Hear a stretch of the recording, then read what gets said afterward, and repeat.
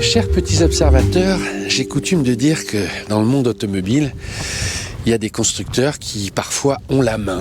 C'est comme au poker, quoi. Vous avez la chance, le jeu est avec vous. Et clairement, s'il y a un constructeur qui a la main en ce moment, selon moi, mais selon nous, parce que Julien est d'accord avec moi, c'est Kia. On avait déjà été impressionné par le V6. Et du coup, on avait aussi envie d'essayer le Sportage hybride. Et il est là. J'ai vraiment envie de l'essayer. Ouais, en plus, là, on a la version 230 chevaux en hybride simple. Donc, ça va être vraiment ce que les gens vont chercher. Pas besoin de se prendre la tête. On va aller faire de la route avec. Ouais, on va rejoindre Guirao. On part à Tours. Ouais. Ouais. Donc, on a de la route à faire. Donc, on n'a pas besoin de se poser la question est-ce qu'il faut une borne, pas de borne. Enfin, voilà, on fait tous ces essais de voitures électriques. Mais c'est vrai qu'il y a quand même une espèce de petite gymnastique à faire. Là, on l'aura pas. Et puis, quelle gueule, quoi, cette voiture. Moi, je vais te montrer juste l'arrière. Je vais pas du tout faire mon sachant, mais regarde. Si, mais fais ton sachant. Regarde, c'est le V6 en fait. T'as vraiment, bah ouais, ça en fait, c'est vraiment le gimmick de le V6. Ça s'allume ça quand on freine tout du long ou pas? Non, il est là. Mais c'est vrai que j'avais pas fait le truc, mais en regardant, en potassant un peu, tu te rends compte que c'est vraiment le gimmick et que surtout quand tu te mets là, de le V6. Donc tu retrouves un peu ton EV6 dans le. Il y a plein de références. Mais tu vois, il y a des trucs, moi je trouve ça intéressant. Je sais pas si c'est beau ou pas beau, mais là, tu vois, le jonc chromé, au lieu de continuer, il part au-dessus. Je sais pas ce que ça. Bon, on l'a floqué. Hein. Mais non, mais okay. C'est pas nous qui l'avons floqué. Ouais, mais l'un dans l'autre, tu vois, c'est intéressant parce que tu vois, mine de rien, alors ça fait très pub, mais c'est essence, diesel, hybride rechargeable. Il faut expliquer pourquoi. Il n'y en avait pas en parc presse. En diesel. Elles n'étaient pas disponibles. On voulait essayer celui-là. Donc on a fait des pieds et des mains. Ouais. Et grâce à Jean, la concession de Melun, qu'on remercie, nous en a prêté un. Voilà. C'est des petites histoires. Mais c'est devant la gueule. T'en penses quoi de ce phare? Il est osé. Ouais, mais ça lui fait une vraie gueule. Ça lui fait une vraie gueule. Moi, ce que je vois, c'est qu'ils ont trouvé leur identité et que ça marche maintenant. Et c'est pareil à l'intérieur. Ben voilà, encore une fois, ils ont la main. Ils sont justes, ça se joue à pas grand-chose. En même temps, si tu regardes, c'est quand même un peu osé de faire cette grosse calandre là, tu vois. Je sais pas comment on peut appeler ça, en losange inversé. C'est du nid de frelon. Ouais, et puis ça aussi, ce côté pincé, c'est que du style pour du style. Mais le résultat. Mais moi je trouve ça fort d'avoir ce gros truc LED en forme de banane. En fait les phares ils sont là, ils sont cachés. Et quand tu regardes la forme elle est vraiment. Enfin c'est gigantesque. Et, bon, ce qui marche toujours c'est leur logo. Hein. Franchement leur nouveau logo. Ouais. C'est bien fichu. Moi j'ai été impressionné aussi même par la façon dont le toit en verre est intégré. T'as l'impression que au début je pensais qu'on n'en avait pas. Et alors s'il y a bien un truc, tu l'ouvres là, voilà. Ouais. Tiens regarde. Alors, la gueule des fauteuils aussi, ils se sont amusés là. De nouveau à l'intérieur, ils se sont amusés vraiment avec les fauteuils. Avec tu vois, le liseré blanc là, il y a un petit côté. Mais t'es pas en train de râler parce que c'est tout noir? Non, c'est marrant que tu le dis, ça m'a pas. Ouais, parce que moi en fait, dès qu'on me l'a donné, je me suis dit, tout en noir, ça va pas être. Non, écoute, moi j'étais de nouveau impressionné. Bon, là on est en plein contre-jour, mais par la planche de bord qui ressemble beaucoup à l'EV6 aussi. C'est-à-dire. Ouais, c'est exactement la même partie software. Attends, Julien, mais je vais te dire un truc aussi qui est quand même. Bon, après tu feras le software, etc. Mais regarde par rapport à BMW, on a essayé l'i4 et l'iX. La façon dont BM. En fait, c'est traité comme une bagnole. T'as du bon. Moi je vois pas bien là. C'est complètement truc. Mais. Ils ont placé pareil une bande d'un écran qui a l'air vraiment posé. Là, il a l'air intégré. Ça se joue à pas grand chose. Hein, mais tu te dis, ça se joue aussi à la profondeur des noirs. Là, bon, t'as tes lunettes, peut-être ça. Tu captes pas vraiment. Non, mais regarde, ok, on voit que l'écran il s'arrête là, ici. Mais tu le vois à peine. Hein, c'est vraiment bien intégré. Tu vois bien parce que moi, il voit rien du tout. Je vois. D'accord. Ouais, t'inquiète pas. Ouais. D'accord. Mais c'est vrai que l'intégration est bien faite, quoi. Et c'est toujours ce petit truc. Alors, on l'a déjà marqué sur le V6. Mais pour enlever des boutons, le fait de pouvoir switcher entre tout ce qui est, on va dire, software, radio, nav et tout, et hop, la clim comme ça, et ça bouge aussi là, hop. Je trouve ça vraiment bien. C'est des petits détails, mais ça enlève la moitié des boutons. Mais c'est au même titre que je te disais, voilà, ils ont trouvé leur style extérieur, ils ont trouvé le style à l'intérieur. Regarde, ça, il faut vraiment s'amuser de faire un truc en, je sais pas comment, c'est quoi, c'est un Y, non, je sais pas. Non, mais tu vois, pareil, la poignée là. C'est juste du dessin, mais ça passe. Et même ils s'amusent avec les matériaux, hein. Genre là t'as 3-4 trucs différents, ça... franchement c'est vraiment bien ça. Tiens, j'avais pas vu aussi, c'est quoi, regarde derrière attends, il y a une énorme encoche dans le... Ouais, c'est pour mettre... pour accrocher un manteau. Ouais. Ah ouais, j'avais vu ça. Et t'as vu, exactement comme le V6, toi tu dois avoir de ce côté-là. Ouais, il y a des petites prises. Ça aussi c'est un truc à eux, d'avoir la prise USB type C comme ça dans le truc.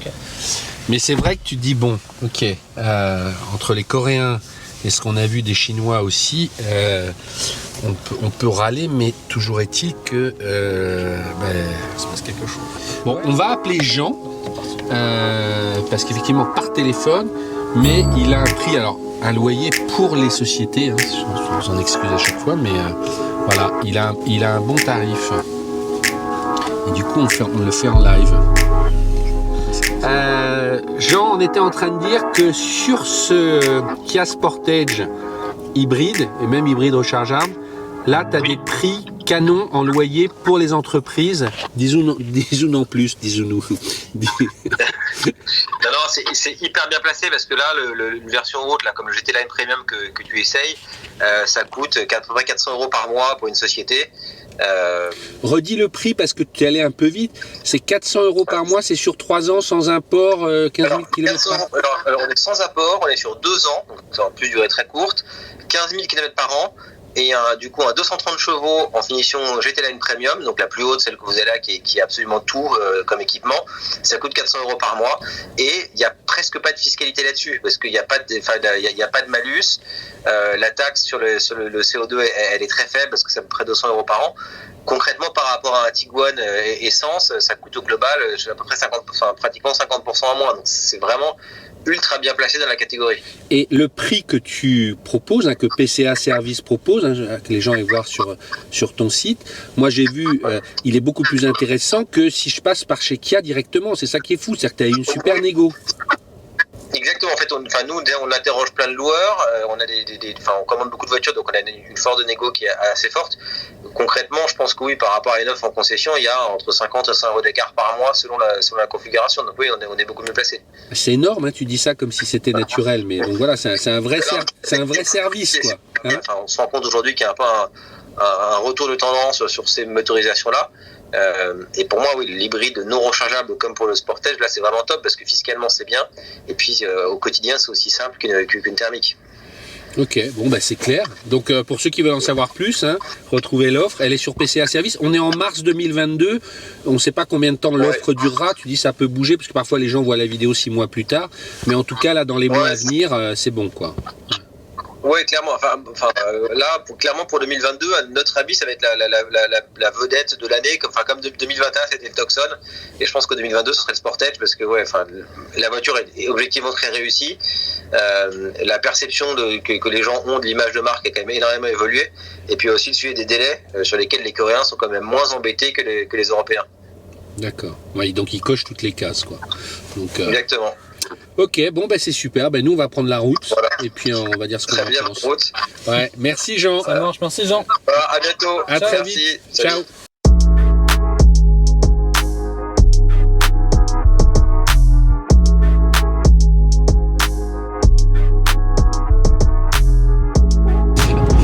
Tu es bien dans ta voiture. Oui, je suis bien dans ma voiture. Non, mais avant de parler technique de trucs et tout, tu m'as fait à chaque fois la réflexion, tu sais pas pourquoi c'est noir mais t'es bien dedans, tout à ta main et tout. Je trouve, pour continuer ce qu'on disait en termes de style extérieur, je trouve que l'ergonomie intérieure est vachement bien fichue. En fait, il faut faire la caméra à mon niveau si tu veux, mais le fait que la planche soit incurvée comme ça, assez loin, avec un écran central là, qui est pas trop haut, c'est pas envahissant. Moi, j'ai pas ce sentiment que certaines voitures T'as les écrans qui te collent, quoi, voilà, à la rétine. Qui me collent, qui me dérangent. Même, c'est quand même très valorisant. Tu vois, on avait fait la même route avec la C4 de Citroën, pour laquelle j'ai une tendresse, mais c'est vrai que le tout petit écran dedans, on se disait quand même, c'est compliqué.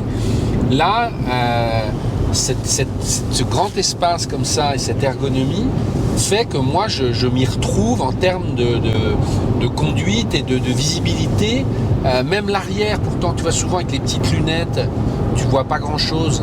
Là je trouve que on a une bonne rétrovision, ça m'a frappé quand j'ai manœuvré. Bon, il y a une caméra qui fonctionne bien. Toi tu parleras tout à l'heure des aides, moi à la conduite je les déconnecte, mais franchement avant toute autre considération tenue de route, de tout ce que tu veux. Voilà, l'ergonomie est très agréable parce que je trouve qu'on s'y sent bien et qu'en même temps c'est bien fichu. Voilà, ça me surprend moi-même de le. C'est déjà beaucoup sur c'est déjà 2022 beaucoup. parce que il y a tellement des écrans partout, même les constructeurs ils savent pas où les mettre, comment les intégrer et tout. Toi, t'es pas du tout fermé, mais des fois franchement c'est chiant. Là, le fait de dire que t'es bien dans tes baskets tout de suite, c'est. Et puis il y a ce système qu'on a déjà vu sur le Tucson, qu'on a déjà vu sur le V6, mais qui est quand même vachement pratique. C'est-à-dire que quand tu clignotes, quand tu mets ton clignotant. Ah, tu parles de ça.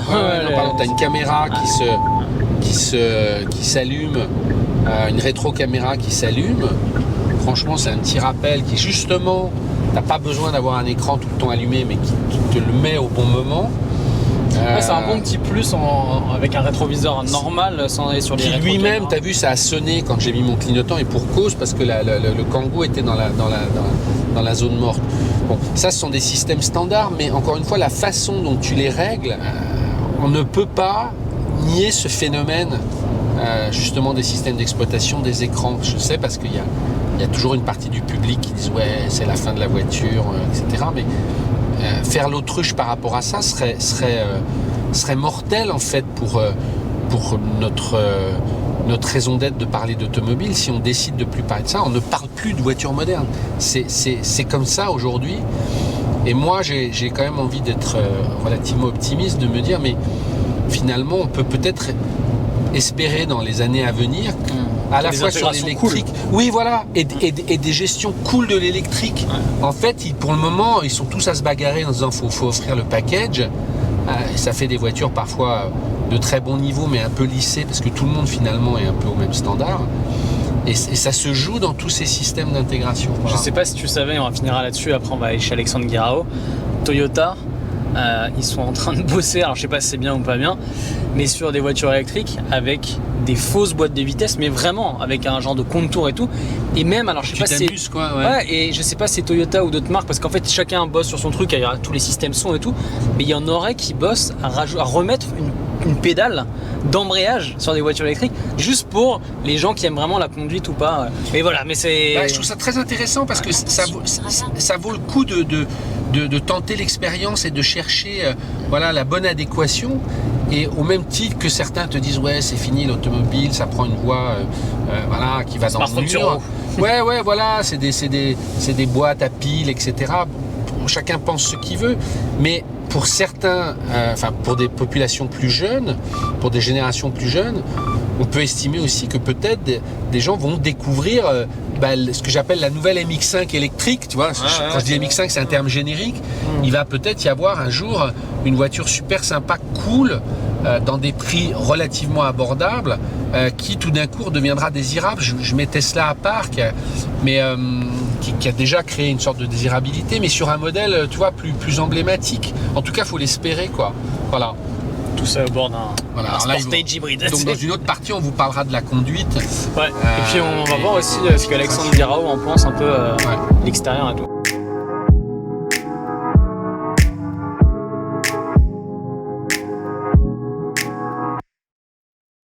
Nous voilà arrivés à Roche-Cambron, près de Tours, et on va retrouver notre ministre des voitures de collection. Alexandre, j'avais envie qu'il vienne parce qu'il se déplace toujours avec des voitures anciennes. Il a sa 560 SEC et j'entends déjà ceux qui vont râler en disant ça c'est mieux que l'hybride, ou d'autres qui vont dire ça pollue. Tout POA est résumé là. Tu vas bien, Alexandre? Bonjour Renaud, ça va. Tu vois, on aime tout. Les gros V8, les hybrides, moi aussi, tout, les essences, les électriques. Et toi, t'es un pur, un dur, tu roules vraiment en Youngtimer. C'est ma voiture de tous les jours. J'ai la chance de faire le métier que j'aime et de rouler avec les voitures que j'aime. Donc ceux qui veulent en savoir plus, on a tourné un épisode que sur la tienne. Donc ils vont sur poa.tv et ils retrouveront l'épisode. Pourquoi je voulais que tu nous donnes ton avis, je dis pour ceux qui ne savent pas, tu as longtemps travaillé chez PSA, donc tu connais bien l'industrie de l'automobile. Et en gros, nous, on dit que ça fait un moment qu'il y a à la main. Et j'avais envie d'avoir ton avis sur ce Sportage, qui est c'est concurrent du 3008, pour faire court, quoi. Ouais. Celui-là est un hybride simple. Tu vas prendre le volant, 230 chevaux. Voilà, je te refais pas la fiche, mais tu parles sans crainte. T'as le droit de dire que tu adores la Corée du Nord, enfin tout ce que tu aimes. Je sais que tu es un fan. Je sais qu'il n'y a pas de censure sur POA. Non, mais c'est marrant parce que tu connais l'industrie, donc voilà. Eh ben, je le découvre parce que c'est vrai que je suis plus du tout dans les voitures neuves, comme je te disais, mais je sais même pas s'il y a un salon de l'auto de Genève, je crois pas. Enfin bon, donc c'est vrai que je suis assez déconnecté. Donc c'est la première que je vois. Le Sportage, je connais parce qu'effectivement c'était déjà une voiture bien connue dans le terrain des SUV. Et celle-là, je l'ai jamais vue encore, ni en vrai d'ailleurs, ni en photo. Donc c'est une première pour moi. Moi, je vous ai dit en arrivant tout à l'heure, j'aime beaucoup la couleur parce que c'est pas facile de réussir un vert. Il a des reflets un peu bronze, un peu jaune au soleil. Il a une certaine transparence aussi. Et ça, je trouve que c'est bien. Il y a pas mal de voitures actuelles sur lesquelles il y a à nouveau une recherche de couleurs de la part des constructeurs. Ça fait déjà, je pense, quelques années que c'est en cours, mais là c'est déjà une belle surprise parce que c'est pas facile de réussir les verts. Je me souviens que quand j'avais commencé moi à bosser, c'était dans la publicité automobile, le vert était pas une couleur qui passait bien ni pour les clients ni pour faire les photos, etc. Donc bon, voilà, déjà c'est pas la voiture, mais c'est quand même sa couleur et ça lui va très bien. Ça faisait rigoler tout le monde quand tu étais chez PSA. Mais on s'y intéressait pas. Ouais, c'est ça, ouais. Quand j'ai commencé à travailler en 98, je vais te dire, Kia ou même Hyundai n'étaient pas du tout dans le référentiel concurrence, alors que ça l'est complètement devenu. Moi, j'ai découvert Kia, je me souviens très bien, la première fois que j'ai découvert Kia, c'était en allant au Canada, sans doute au début des années 90, où je connaissais pas Kia, on en voyait très très très peu en France, alors que maintenant, effectivement, ça marche bien. Alors qu'est-ce que Rien, tu dis ce que tu veux, mais tu sais que là aussi on peut discuter des heures. Discuter des heures. Non, mais parce qu'on a des publics très différents sur POA. Mais c'est ce que veut le marché des SUV de cette taille-là, hybride. On peut dire encore un SUV, mais... Bon, c'est la forme normale maintenant. Ouais, voilà, c'est la forme normale. Non, je vais pas dire encore un SUV, c'est-à-dire qu'à une époque c'était les berlines tricorps, maintenant, à une époque ensuite ça a été les monospaces, on a eu les Picasso, les espaces, etc. Maintenant la forme standard c'est une voiture haute, donc c'est un SUV. Donc là effectivement elle est dans le gabarit. Mais toi qui as été très PSA, on t'a fait, t'aimais les Citroën, on t'a fait essayer la C4. Quand tu le vois, tu trouves ça too much ou tu te dis ça le fait? Parce qu'il y a quand même un avant un peu, tu vois, sur la signature lumineuse. C'est vrai que c'est très travaillé. Il y a la forme de la voiture et il y a après, comme sur beaucoup de voitures actuelles, beaucoup d'éléments vraiment de style qui sont rapportés, qui n'ont pas forcément une utilité technique, mais qui sont là, je dirais, pour faire joli, pour que ça se voit. Donc c'est vrai que la face avant est très très proéminente. La calandre là, elle dépasse carrément pratiquement les phares, quoi. Donc tout ce qu'on appellerait une calandre dans l'automobile ancienne, elle était déjà grande sur ces Mercedes parce que c'était déjà la version sport de la calandre Mercedes. Mais c'est vrai que là, voilà, on va au-delà des feux. Moi, je suis très conservateur. Je suis pas une référence pour les goûts automobiles. J'aime bien que les détails ils aient une fonction. Je suis une version dans ma tête un peu traditionnelle, design, fonction. Donc autant là, je vois bien qu'il y a des entrées d'air et que derrière j'ai un radiateur. Très bien. En plus d'ailleurs, si ça se trouve, elles sont pilotées parce que je sais pas si c'est pas des volets qui s'ouvrent et qui se ferment. Elles pourraient.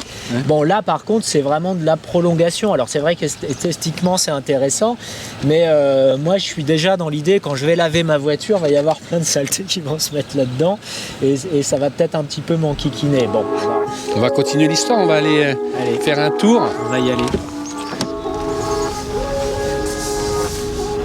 C'est toujours assez impressionnant de conduire une voiture qui a quasiment pas de bruit en électrique. C'est vrai que ça m'arrive pas très souvent.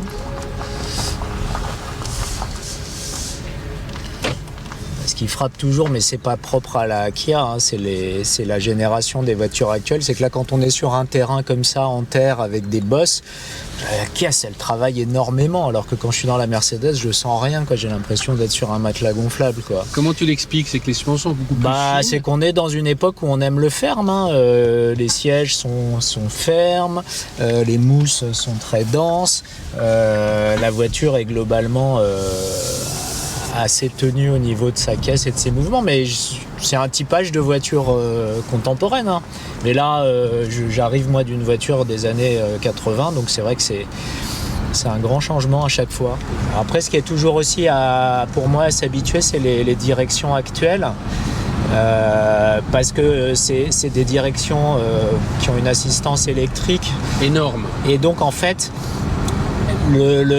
autant je dirais sur une direction hydraulique classique, l'arrivée, on va dire, de la démultiplication, enfin pas de la démultiplication, mais l'arrivée de l'assistance est très linéaire. Autant là, c'est un petit peu un côté on-off. Mais on était en Citroën SM ce matin, ça peut rappeler ça dans d'autres effets, c'est-à-dire qu'en fait, quand le volant est en position milieu, il n'y a quasiment pas d'assistance, il est tenu, et puis dès qu'on fait ça, je le déverrouille et il revient, ce qui est pas mal d'ailleurs, parce que ça permet d'avoir une voiture qui est un petit peu sur des rails. Et puis en même temps en manœuvre c'est vrai que c'est agréable, c'est hyper assisté, c'est très facile. La voiture au final doit être plus lourde que ma Mercedes, mais en direction elle est beaucoup plus légère. Moi j'aimerais bien des voitures contemporaines dans lesquelles en fait on a la partie tactile et interactive qui doit être sur écran parce qu'on ne sait pas la faire autrement et c'est très efficace comme ça et là ça a sa place.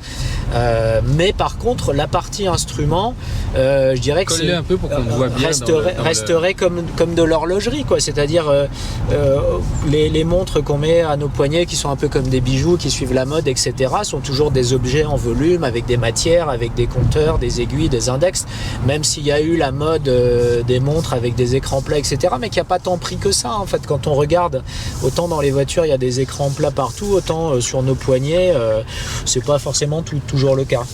Alexandre, j'ai le sentiment et ça c'est génial, par contre là l'angle mort, tiens on l'a pas filmé, tu vois, ça je découvre parce que c'est la première voiture que j'essaye qui a ça génial. Ça c'est de la sécurité et là, alors là je reviens sur ce que je viens de dire, tu vois, je comprends pourquoi avec un compteur analogique à aiguille en plastique j'aurais pas pu avoir la le caméra switch et là c'est intelligent, c'est droite-gauche, là, si tu mets le clignotant à droite tu vas avoir la caméra à droite, et là c'est intelligent, tiens, on va voir tout à l'heure parce que là j'ai de la sécurité, donc là ça m'intéresse parce que c'est vrai que l'angle mort on n'y pense pas toujours. Je reviens sur la conduite, moi j'ai le sentiment que les voitures sont toutes arrivées au même niveau et c'est très lissé maintenant. Alors je ne serais pas en blind test comme je dis, les yeux fermés, là je peux pas fermer les yeux, on est sur une vraie route, mais si j'étais sur un parking avec personne, je ne saurais pas te dire ce que c'est en blind test. Je saurais dire par exemple le toucher du cuir, c'est un toucher de cuir très doux comme il y a dans beaucoup de volants de voitures actuelles. C'était DS qui avait lancé ça déjà avec la DS5 il y a des années. Bon, maintenant il y a beaucoup de voitures qui ont ces cuirs très, très doux et très agréables. Les suspensions, la direction assistée électrique, vous voyez, je fais ça avec un doigt, elle a un retour fantastique. C'est vrai que je ne saurais pas vraiment la qualifier.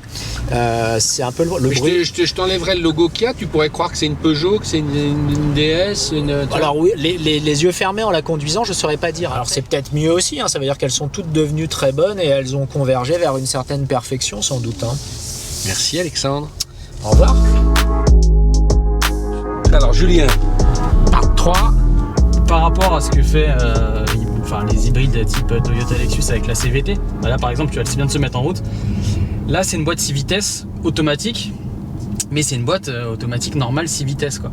Et il y a deux choses en fait qui fait que quand tu compares à des choses qui se passent en hybride où c'est vraiment différent, c'est que quand il se met en route, je sais pas d'ailleurs trop quand il se met en route, mais il se met en route d'un coup sec quoi, tu le sens un petit peu. Honnêtement ça va, c'est pas non plus, tu vois, mais tu le sens. Tout dépend des points de comparaison que l'on a. C'est ça, voilà. Si t'as jamais conduit une voiture hybride et tout, tu vois là, on est en électrique, c'est Byzance, tu te dis voilà. Là. Donc ça, c'est vachement bien. Par contre, de temps en temps, peut-être qu'on le verra quand on sort du rond-point qui arrive bientôt, ça nous arrive à nous deux pour le. Voilà, c'est pas. Des fois, tu sais pas pourquoi elle monte à 3000 tours et ça fait quand même beaucoup de bruit et d'un coup elle passe sa vitesse. Et c'est juste ça, c'est encore un peu rugueux. Et t'aimerais, en fait, quand tu conduis des voitures hybrides, tu sais que c'est pas pour aller vite, c'est pour ta conso et que ce soit zen. Et ça manque un tout petit, c'est des micro-réglages, hein, c'est pas grand-chose. Mais il manque ce petit truc pour que ce soit un tout petit peu plus zen, quoi. Donc mais c'est vrai qu'on peut parler de finesse, et c'est vrai que ces voitures, voilà, c'est moins fin que sur certaines autres voitures. Mais j'allais dire encore heureux que tous ces challengers. Alors, ça peut paraître ridicule comme ça dit dans une vidéo, mais quand on conduit beaucoup de voitures, mais quand on compare, on se rend compte qu'il y a des finesses. On l'a vu chez MG, même si ça n'a rien à voir. À chaque fois, c'est du 10%, ça se joue sur des détails. Mais finalement, on peut pas s'empêcher d'avoir ces comparaisons-là parce qu'on les ressent.